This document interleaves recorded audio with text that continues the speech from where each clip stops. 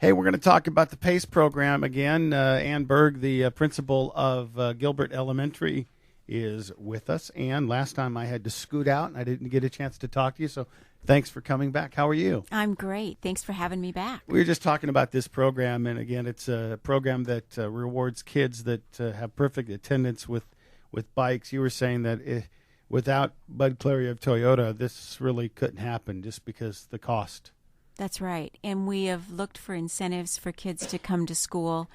And often you talk to kids and it doesn't really, the impact is not there. So the Toyota program made it really clear that there was some benefit to coming to school. And kids hold parents accountable now because the kids want the bike. And typically it's not the kiddo that's late. It's somebody at home who didn't get them up or didn't get up themselves, or wants them to get out of school a little early so that it's convenient for them to do something else.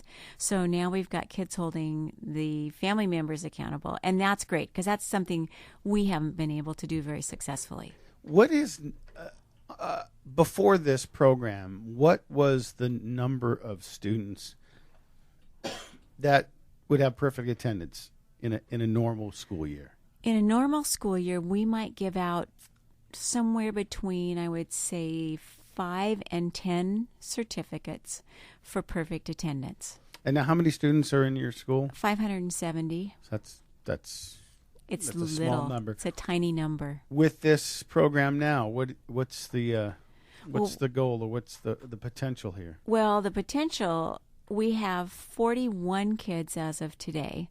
We had 50 as of last week. We've had a few casualties. Oh, no. Did some of them get the flu bug? Yes, Yeah. and one got hurt at recess today. Oh, and, no. And we have an appendix situation, and you want to bend the rule, but the rule's real strong, and it stays in place, and you can't bend for one and not for another, so it's just the way it is. It's cut and dried. And so we just say, next year. So it's a great incentive, and we're at 41, and I would expect we're going to have at least half of those kids by the time we get to June 6th. Which means what? 20-some kids. That's what, potentially 5 times more than what you had before. Right, 4 to 5 times more than we had before. And I think each year that Toyota does this, the opportunity will grow because kids will be aware. Well, I didn't get it last year.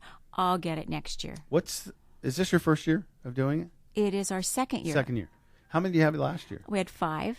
Oh, so you had 5 the first year? We had 5 the first year, and they were, I think we had 4 fifth graders and 1 first grader. What's the difference this year? Just more? Oh, I think because we started at actually we put it in our handbook. We put it in our handbook in August, and we weren't guaranteed that we were going to be given the grant. We had to apply for it this year. Toyota asked for an application. So we put in the application and thought, well, if we don't get it, we're going to have to go find some grant. And we were just so thankful that they took us on because we put it in our handbook. It said, we will. And we oriented our kindergartners with, we will. Last year, we didn't start until somewhere middle of September, and by that time, you've already got kids checked out early, coming late. So the kids talk about this a lot? They do. Is it the front of their mind? I think it is. And I have parents who'll say to me, I can't get her to stay home. She has a cold. She really ought to stay home. But she doesn't want to stay home. She's got perfect attendance, and she wants that bike. And last week when we were here with Nikili, she told her mom she wanted to get rid of her bike with training wheels. She was tired of it. So that's her incentive. So each one of them has a little different story. Is there concern the kids that need to be home are coming to school? Well, we don't let them come if they're too sick. If they're too sick. If they have a fever, they can't be at school. If they throw up at school, they have to go home. So, no, we're not really worried that they're coming. In fact, I think often our population thinks that a cold warrants staying home. And it's good role modeling to say, no, you can work through that. And it's really not a huge deal. We've got Kleenex and you're going to be okay. Most of us go to work with a little cold. Yes, most of us do. And so I think PACE intended this to be an incentive to get kids really thinking about work ethics and that you do follow through, and it's working. So even if they don't quite make the end of the year, there's still potentially a lot of educational value in the program. Absolutely.